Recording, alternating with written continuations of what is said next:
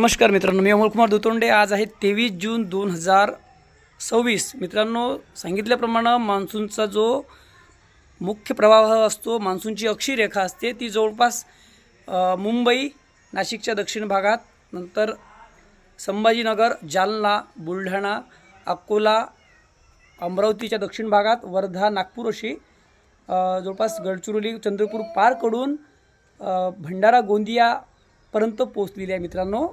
तर ही मान्सून सक्रिय झाल्यामुळे, वारे प्रवाही झाल्यामुळे जो हिंद महासागरावरील जो मस्करीन हाय आहे तो सक्रिय झाल्यामुळं वाऱ्याला गती मिळाली आणि आपण बघू शकता की आज वातावरण कसं आहे। हे 23 जून आज संध्याकाळचं वातावरण आहे। कालसुद्धा आपल्या विदर्भात, मराठवाड्यात जरी पाऊस सार्वत्रिक नशीन, यावर्षी एल निनोच्या इम्पॅक्टमुळं पाऊस मागं पुढं होईल, पण एमजीओ आल्यामुळं पावसासाठी सध्या सुधारणावादी संकेत आहेत। मान्सूनमध्ये जे एक संकट होतं एल निनोचं, ते सध्या काही दिवस तरी आपल्याला टळलेलं आहे, 1-2-3 आठवड्यासाठी। आणि ह्या दरम्यान आपल्याला चांगला पाऊस टप्प्याटप्प्याने मिळणार, जरी संवहनातून पडणार, उष्णता संवहनेतून पडणार, म्हणजे काही तालुक्यात मागं पुढे होईल, पेरण्या मागं पुढे होऊ शकतात, पण चांगला पाऊस झाल्यावर पेरणी करा, एवढं सांगू इच्छितो।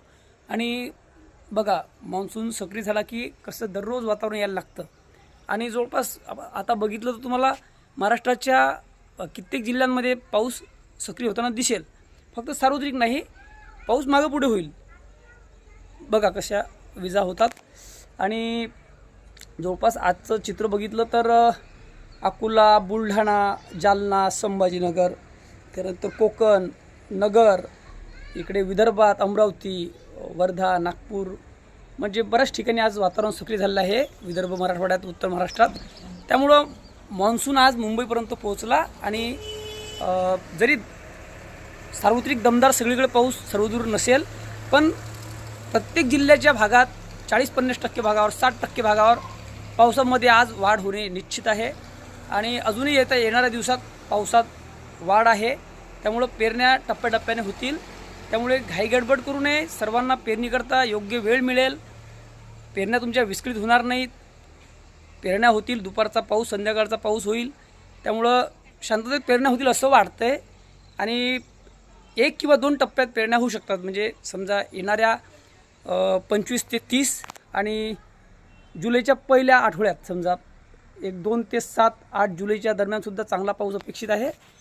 तर आपली स्थानिक परिस्थिती, आपला स्थानिक वातावरण पाहून, आपला जमिनीतील ओल पाहून, तापमानसुद्धा आता पुढील 2 दिवसानंतर काही विशेष ज्या भागात तापलं असेल ते पण पूर्ण डाऊन होऊन जाईल, अशी सिच्युएशन आहे। त्यामुळं आपल्याला काही दिवस तरी मान्सून हा चांगली साथ देणार आहे।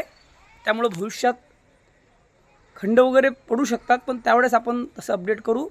पण पेरणी, समजा आपण आता पेरणी करता, आपल्याला एक चांगलं वातावरण तयार होण्यासाठी हा मान्सून सज्ज झालेला आहे। ह्या वर्षी कमी पावसाच्या हिशोबाने तर बरेच भागात, जिल्ह्यात अत्यंत कमी पावसाच्या हिशोबाने, जसं मराठवाडा असू शकते, नगर असू शकते, उत्तर महाराष्ट्रातले काही जिल्हे असू शकतात, विदर्भातले असू शकतात, कारण सार्वत्रिक सगळ्याकडचं पाऊस कमीच पडणार असं दाखवता येत नाही। पण ह्या वर्ष कमी पावसाचं तर अत्यंत कमी पावसाचं म्हणजे समोर आपल्याला दिसणारच। सध्या मान्सून ॲक्टिव्ह झाला म्हणजे 15-20 दिवसात त्याची लेवल, त्याचा पावसाचं प्रमाण वाढू शकते, मात्र भविष्यात जेव्हा खंड पडेल परत ते डिफिसिटसुद्धा राहू शकते। त्यामुळं ह्यावर्षी कमी पावसाचा जो अंदाज दिला आहे त्यानुसार नियोजन करा। जय महाराष्ट्र, जय शिवराय।